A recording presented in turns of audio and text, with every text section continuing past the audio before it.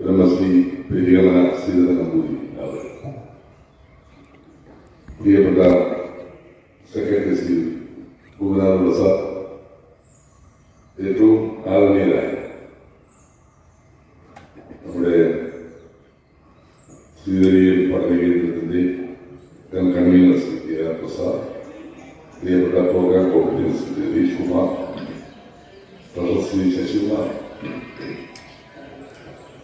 മറ്റ് ഭാരവാഹികൾ, ആദരണീയരായ പഠന കേന്ദ്രത്തിലെ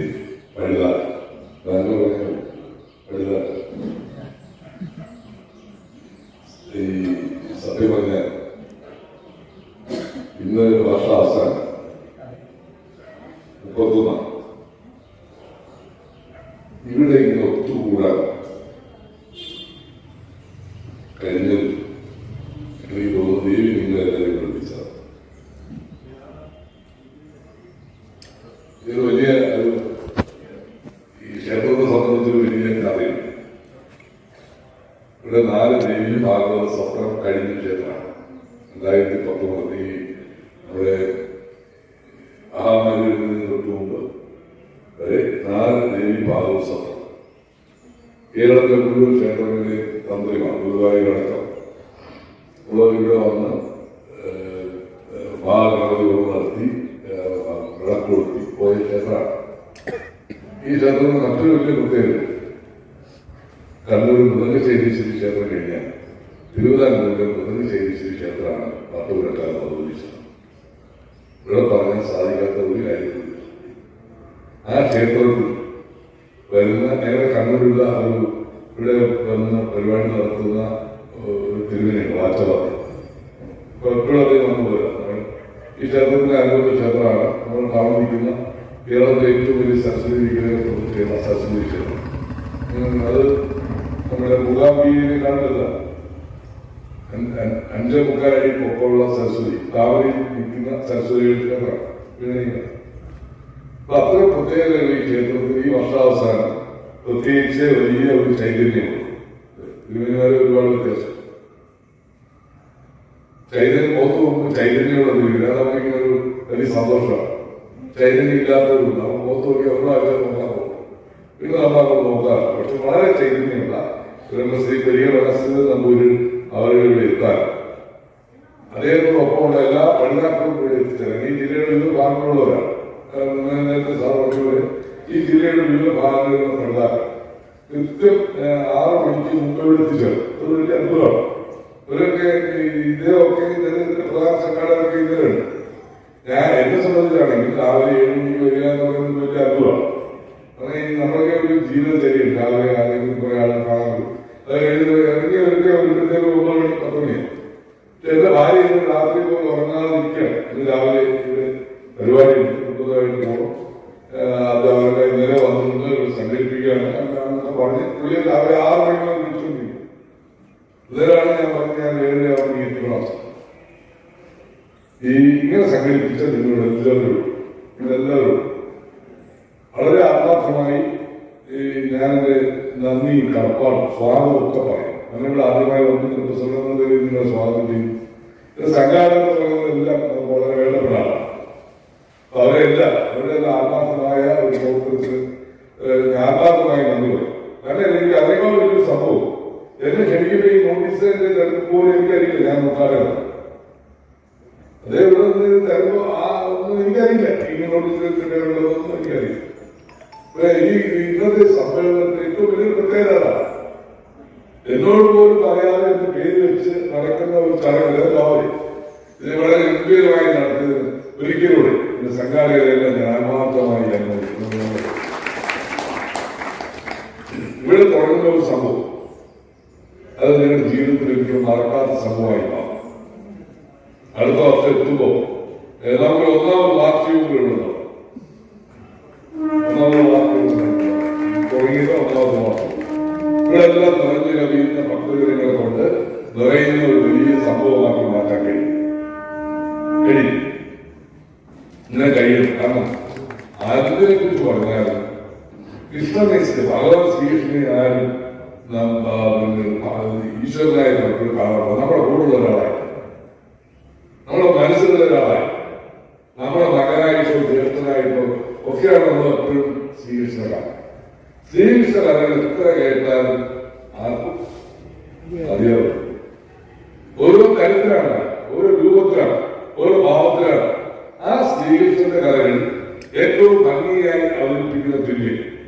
ഞാൻ തന്നെ ഇവിടെ വന്നിട്ട് സാറിനോട് ചോദിച്ചത് എങ്ങനെയാ സാർ ഈ പരിപാടി സംഘടിപ്പിക്കുന്നത്? കാരണം നമ്മുടെ സത്രം 10 ദിവസം അത് ദേവി ഭാഗവത സത്രം. കാരണം ഈ ദേവി ഭാഗവതത്തെ കയറി ആരംഭിക്കും എളുപ്പമുള്ളത് കൃഷ്ണനാണ്. സന്തോഷമായിട്ടിരിക്കുമ്പോ ഞങ്ങളെ ചിലപ്പോൾ ഈ കൃഷ്ണയുടെ എപ്പോഴാണ് കാണാൻ. അപ്പൊ അവരുടെ സൗകര്യത്തിന് പുള്ളി എപ്പോഴും നമ്മളോടുള്ള പ്രസംഗമാണ്. പക്ഷെ അത് ഒരു ദിവസം കൊണ്ട് ഇത് നടത്തുക എന്ന് പറയുമ്പോൾ ഒരു വലിയ അർത്ഥമാണ്. ഒരു ദിവസം അപ്പോഴാ പറഞ്ഞത് ഒരു ദിവസം കൊണ്ട് നടത്താൻ പറ്റും. ഭാഗവതം വായിക്കും, പ്രധാനപ്പെട്ട ഭാഗങ്ങൾ വായിച്ച് അതിന്റെ വിഷയം അവതരിപ്പിച്ച് എന്നുള്ളതാണ് ഉദ്ദേശിച്ചത്. അതൊരു ഒരു നല്ല കാര്യം. ഭാഗവതം പഠിക്കാൻ ഇപ്പോ ഒരുപാട് ആളുകൾ ഓൺലൈൻ പിള്ളേർക്ക് ഒരുപാട് പേര് ഈ കഥകൾ പഠിക്കാൻ. അത് നമ്മുടെ ജീവിതമാണ്. ഭഗവാൻ നമ്മളെ പഠിപ്പിക്കുന്ന ജീവിതമാണ്. ക്ഷേത്രങ്ങൾ നമ്മളെ പഠിപ്പിക്കുന്ന ജീവിതമാണ്. നമ്മളെങ്ങനെ ജീവിക്കണം അല്ലേ? ഭഗവാനെ വായിച്ചു പോകാനുള്ളത്, ഭഗവാനെ കഴിച്ചു പോകാനുള്ളത്, ഭഗവാനിലൂടെ ജീവിക്കാൻ കഴിയണം. നമ്മുടെ എല്ലാ പുരാണങ്ങളും നമ്മളെ പഠിപ്പിക്കുന്നതാണ്. അത് മഹാഭാരതമായാലും ബാക്കി ഏത് കാര്യമായാലും അത് നമ്മളെ ജീവിക്കാൻ എങ്ങനെയാണ് നമ്മുടെ സമൂഹത്തിൽ ജീവിക്കണം, എങ്ങനെയാണ് നമ്മൾ മറ്റുള്ളവരെ നോക്കിക്കാണണം, എങ്ങനെയാണ് നമ്മുടെ പ്രവർത്തി അല്ലേ? നമ്മളെ ഭഗവാൻ കൃഷ്ണൻ പറഞ്ഞു എല്ലാം വായിക്കും. പക്ഷേ നമ്മളെല്ലാം സർവകാലം നേരില്ല. നമ്മളൊന്നും കാര്യമില്ല. നമ്മുടെ മുന്നിൽ വിശന്ന് പറഞ്ഞ് കൈവരിക്കാൻ കൊടുത്താൽ തിരിഞ്ഞു കളഞ്ഞിട്ട് പാവം കഴിച്ചിട്ട് ഇത്രയും കഴിച്ചിട്ട് വന്ന കാര്യം പോകുന്നു. നമ്മുടെ മനസ്സിൽ ഉണ്ടാവണം. അതുണ്ടാവുന്നത് കാര്യം, അതുണ്ടാവുന്നത് സ്നേഹം. ഭഗവാൻ ശ്രീകൃഷ്ണൻ എന്ന് പറയുന്നത് ലോകത്തെ ആദ്യത്തെ സംഘാടനം. തകർന്നുപോയ പഞ്ചപാണ്ഡവർ അതൊന്നും തകർന്നുപോയി. ആ പാതകത്തിന് മുമ്പിൽ ചെന്നിരിക്കുമ്പോ ബന്ധുമിത്രാദികളെ നോക്കി യുദ്ധം ചെയ്യാൻ കഴിയില്ല എന്നുള്ള അമ്പതായ വെച്ച സമയത്ത് അർജുനോട് കൃഷ്ണൻ പറഞ്ഞു കൊടുക്കുന്നതാണ്.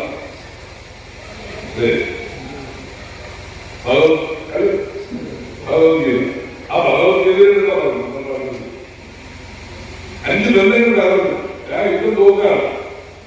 ആ 5 പേരെ ഒരുമിച്ച് നിർത്തി രാത്രി യുദ്ധം ചെയ്യൂ എന്ന് പറയുന്ന ശ്രീകൃഷ്ണനാണ് ലോകത്തെ ഏറ്റവും ഒരു സംഘാടനം. ആ ശ്രീകൃഷ്ണൻ അതിൽ ഏറ്റവും പ്രധാനപ്പെട്ട ഭാഗമാണ്. അത് നമ്മുടെ മനസ്സിലെങ്കിൽ നമ്മുടെ കുടുംബത്തിൽ തകർന്നു പോകും. നമ്മൾ ചെയ്യേണ്ട കാര്യങ്ങൾ അതേ നമുക്ക് പറഞ്ഞു തരിക, അത് പഠിക്കാൻ കഴിയുക, അത് പഠിക്കുന്നതോടൊപ്പം ജീവിതത്തിൽ ഉൾക്കൊള്ളാൻ കഴിയും.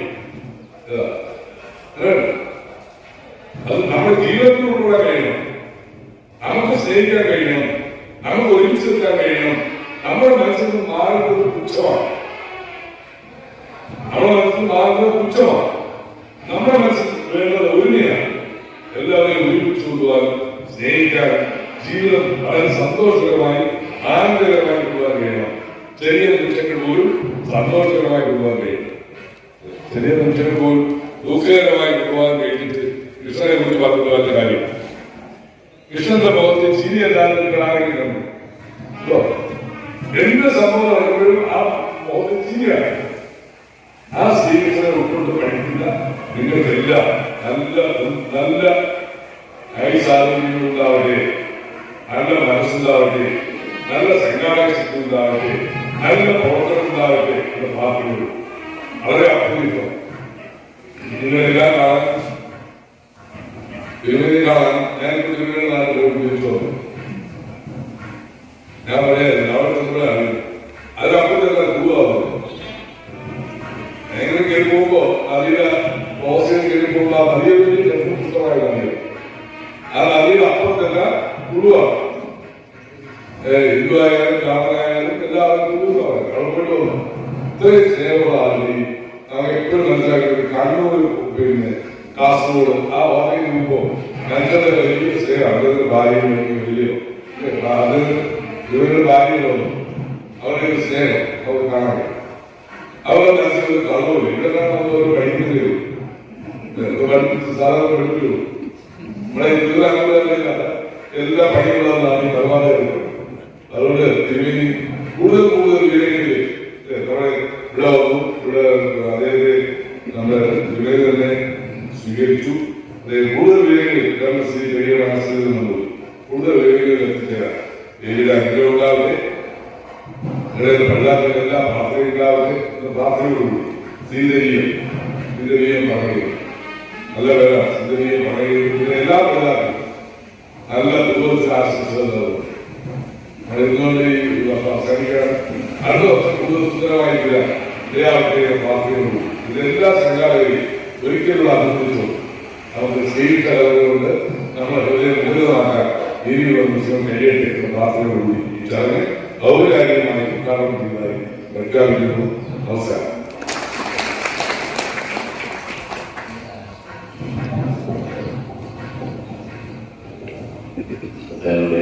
ആശംസക്കായിട്ട് ക്ഷേത്രം സെക്രട്ടറി കൂടിയായിട്ടുള്ള സാറിനെ ആളുകളോട് ക്ഷണിക്കും.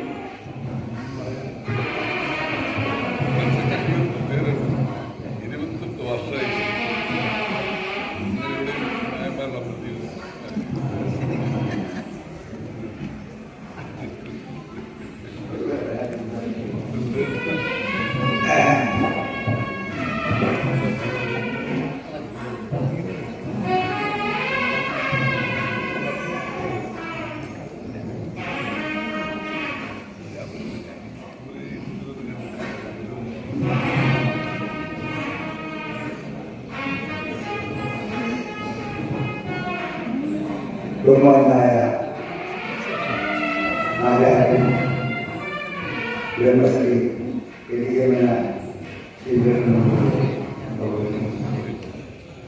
ഇവിടെ ദീപ പ്രവർത്തനം നടത്തിയ നമ്മുടെ ആദരണീയനായ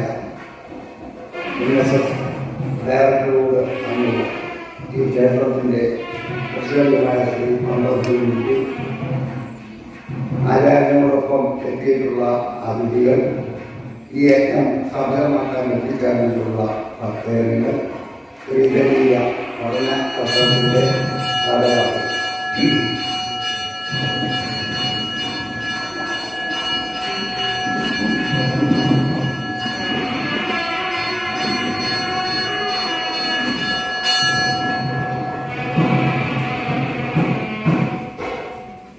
തികച്ചും ന്യൂനമായ ശ്രീമദ് ഭാഗവത ഏകാഗ്രയജ്ഞം ഈ ക്ഷേത്രത്തിൽ വെച്ച് നടത്തുവാൻ തീരുമാനിച്ച ശ്രീധരീയം പഠനസത്രത്തിൻ്റെ പത്തനംതിട്ട ജില്ലാ ഘടകത്തിൻ്റെ ഭാരവാഹികളെ ആദ്യമായി ഈ ക്ഷേത്രത്തിൻ്റെ പേരിൽ അനുമോദിക്കുകയാണ്.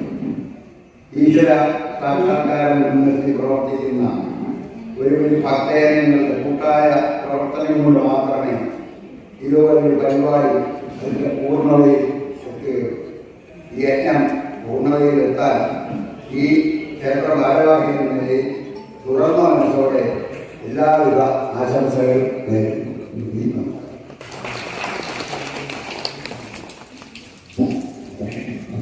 നമുക്ക് ഈ പ്രാഥമിക പരിപാടിയുടെ സമാപനം ചെയ്യുകയാണ്.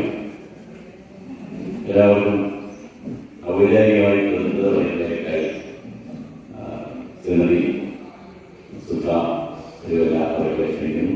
ദേഹമാണ് ഇതിൽ സ്വീകരണ സമിതിയുടെ ചുമതല കണ്ടില്ല.